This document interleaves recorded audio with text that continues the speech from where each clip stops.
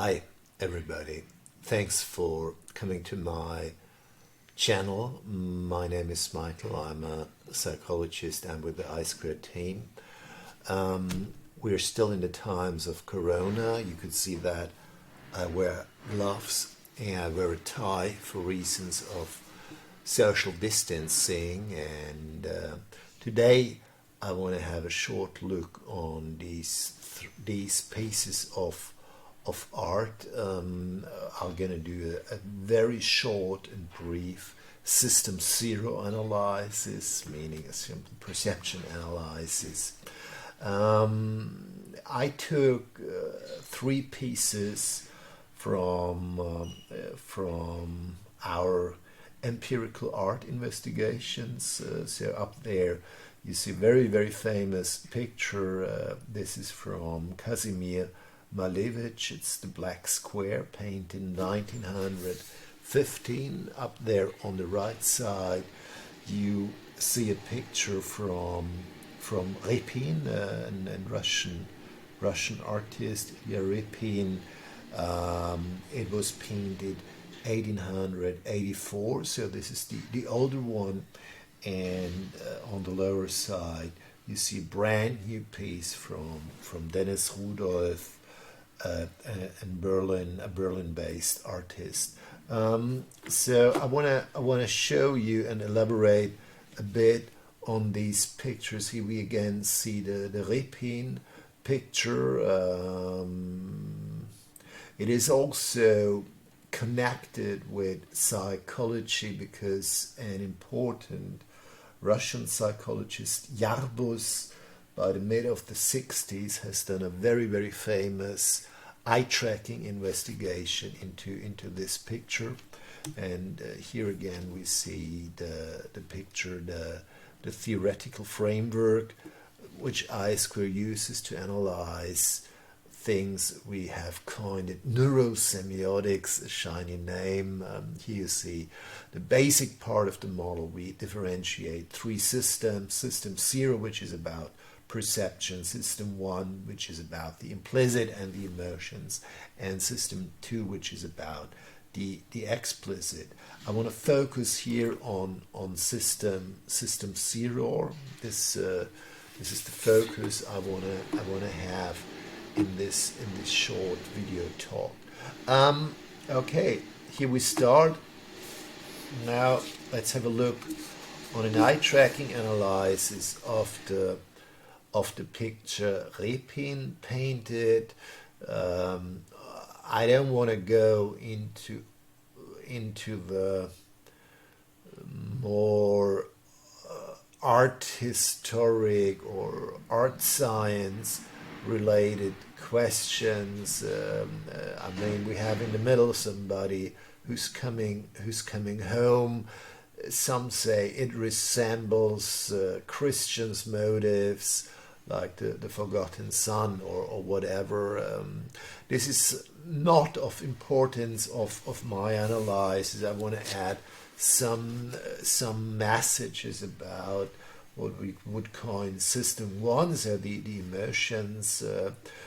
One point I want to make here is that this is a kind of rich emotional picture. So we see a lot of different emotions here. We get surprise, maybe here on the boy's side, so from the girl's side. We might see something like shame on this one. We have subtle different emotions. And most important, we have relations. These relations aren't all clear, so we don't know how the family, if this is a family or not, how they are connected, but we could say there are relations. And if we have a look how people perceive a picture like that, they in a way follow these relations. So system 0, the perception system, is guided by this kind of inner relation system. Here you see that we have the figures in the middle, the man, the woman, the other woman. So the gaze movements are have a center here, they have a dramaturgy here, and also the kind of the other protagonists, the kids here, they get some attention. Also the lady here on the back door.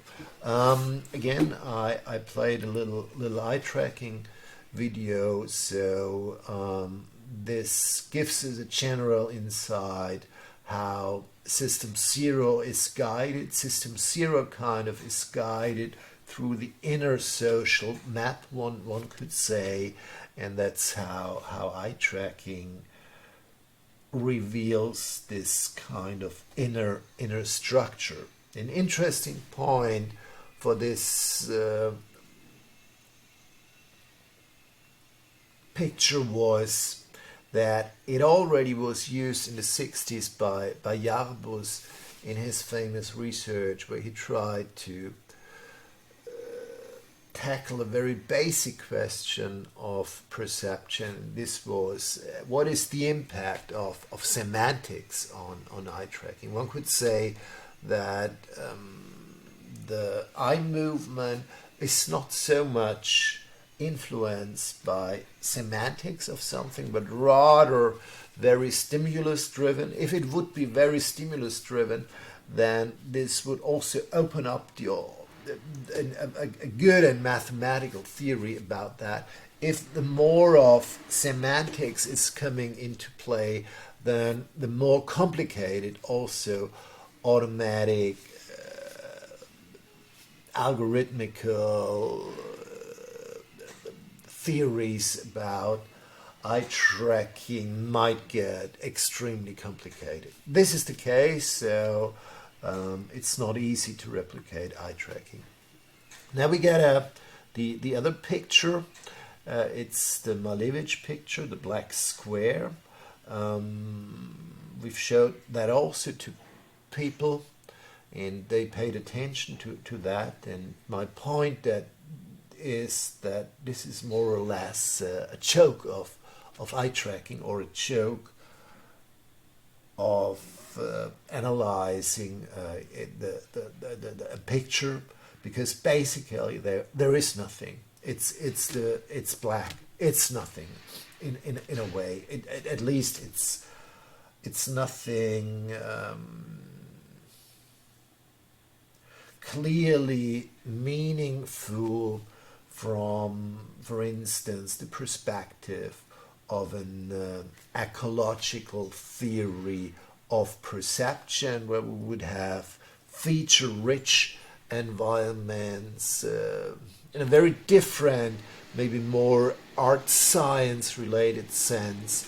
This has also great meaning. It is often said that this is the first picture in art history which is an abstract picture. I don't know whether this is true or not, but you could see that this kind of meta discourse opens up a lot of meanings, but not on the level of perception. On the level of perception, this is black. This is nothing, and in a way, the eyes are fleeing from that. So you see that the eyes are going out of the pictures, and there are some kind of strange hot spots at the edges of the picture.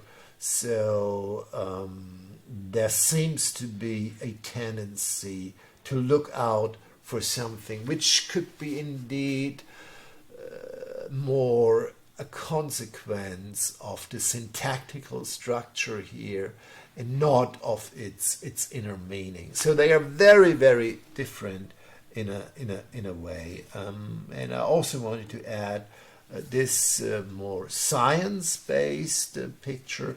Dennis Rudolph created recently, based on one of I-square theories, and I also would like to show that to you. And in a way, it combines modernity for different reasons.